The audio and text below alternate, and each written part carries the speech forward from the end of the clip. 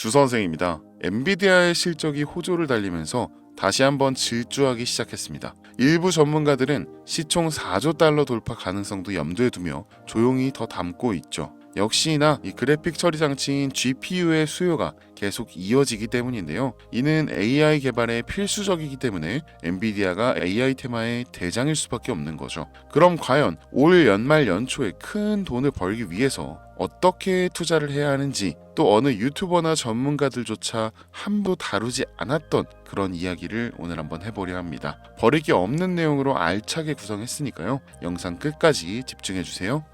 혹시 여러분들은 현재 빚을 지고 계신가요? 그리고 그 빚을 지게 된 계기가 주식 투자로 인해서 생겼나요? 언젠간 오르겠지, 본전은 찾을 수 있겠지, 이렇게 생각하면서 투자를 이어오다 어느새 크게 불어나버린 빚으로 이러지도 저러지도 못하는 상황에 직면한 지금 현재의 본인을 마주하고 계신다면 지금부터 보시게 될 이 영상은 아마 한 줄기 빛이 되어줄지 모릅니다. 마이너스 통장, 은행부터 사금융까지 이어진 대출금, 카드 대금 연체까지 돌려막아도 끝이 없고 계속 불어나는 빚에 허덕이는 모든 분들께 지금부터 제가 정확한 대안을 제시하겠습니다. 모든 빚을 청산하고 싶으세요? 빚만 없다면 앞으로 성실하게 살겠다고 다짐하셨나요?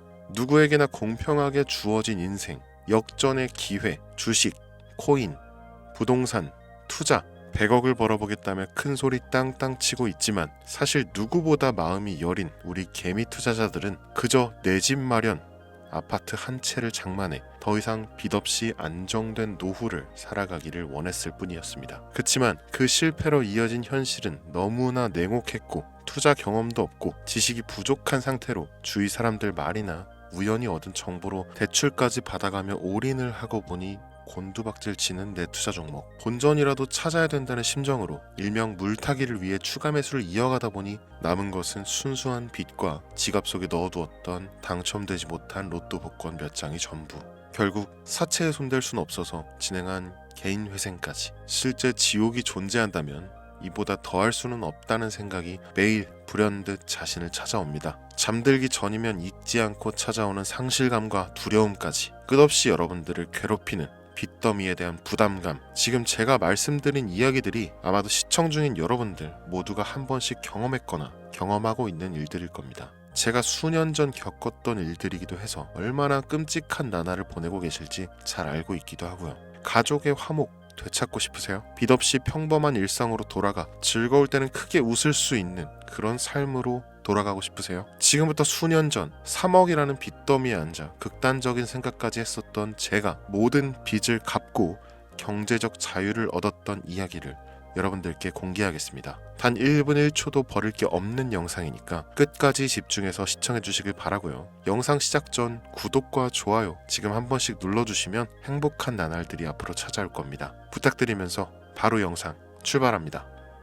경제적 자유, 너무나 달콤한 이 말, 그리고 이 말을 이룰 수 있었던 여러 번의 기회. 지금으로부터 약 10년 전 500원밖에 하지 않았던 엔비디아를 사지 못한 것이 아쉬우시죠? 그때 알았더라면 분명 우리들의 인생은 달라져 있을 텐데 말이죠. 얼마 남지 않은 2024년 하반기, 지금 알지 못하면 그때 그럴 걸 하고 후회할 테마. 경제적 자유의 마지막 기회라고 볼 수 있는 초대형 테마가 이제 여러분들 앞에 오픈됩니다. 중요 공지 하나 먼저 말씀드리고 시작할게요. 저 주선생은 시청자에게 종목 추천을 빌미로 유료 리딩이나 금전 요구를 절대 하지 않습니다. 또한 비상장 종목도 절대 다루지 않으니 사칭으로 인한 사기 피해를 주의해 주시면 감사하겠습니다. 이 구독과 좋아요 한 번씩 눌러주시면 더 좋은 영상을 만들어가는데 큰 힘이 되니까요. 꼭 한 번씩 부탁드릴게요. 자, 인공지능 AI라고 표현합니다. 이미 너무나 유명한 테마인데 혹시 모르시는 분들도 계실 수 있으니까 간단 명료하게 말씀드릴게요.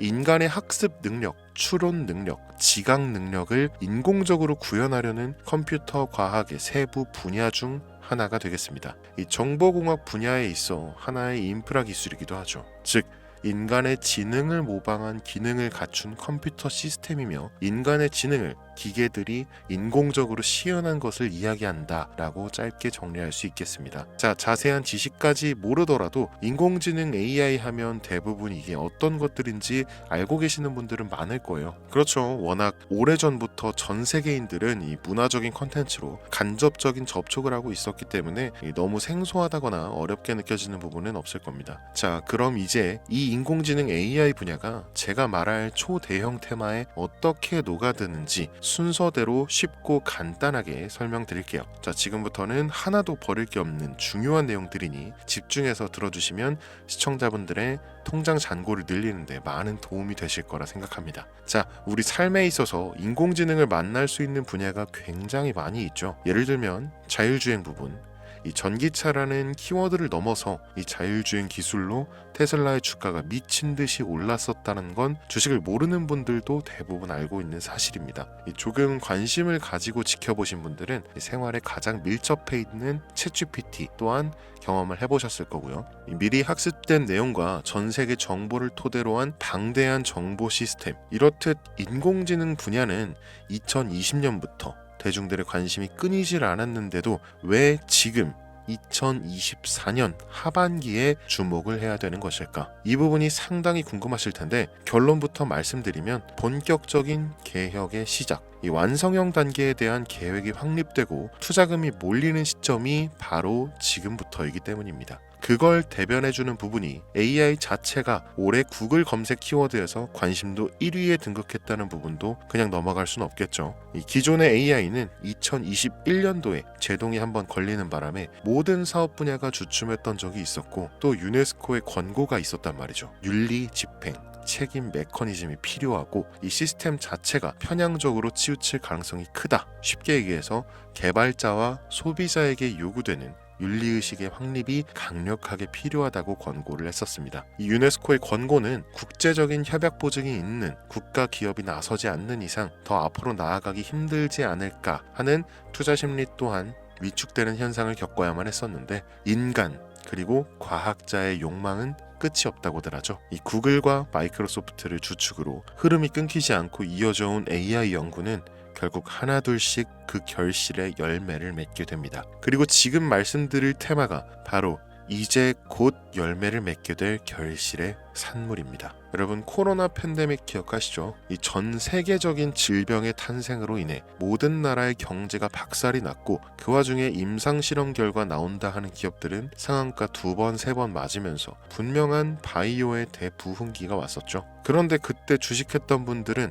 나는 왜 바이오에 물렸을까 하는 생각 해보셨을 겁니다. 남들 다 돈 벌었다는, 심지어 나라가 주식하라고 등 떠밀어주는 그 시기에 남들은 다 버는데 나는 못 버는 그런 억울한 상황. 바로 선택과 집중, 간단한 논리로 선택을 바꾸고 바꾼 선택에 집중하는 것. 그것이 이런 유일 테마장에 돈을 벌 수 있는 기술입니다. 코로나 시기 집합 금지와 외부 활동 제한으로 집안에 머물렀죠. 사람들이 집안에 많이 머무르니 택배나 배달과 같은 운송업이 뜨죠. 그리고 택배의 상자, 배달의 용기, 제지회사와 플라스틱 회사가 급등하게 됩니다. 지금의 상황을 대입해 볼까요? AI 테마의 발전, 점점 더 고도화되는 기술력, 방대한 데이터를 쌓아두기 위한 데이터 센터가 필요하고 그 데이터 센터를 유지하기 위해 필요한 건 바로 엄청난 용량의 전기입니다. 이 AI 전쟁이 심화되기 전에 전력 전쟁이 먼저 들이닥치게 될 거라는 거죠. 그리고 그 전기를 전달하기 위한 것, 전선과 전력 설비가 바로 여러분의 경제적 자유를 위한 그 첫 번째 테마가 될 것입니다.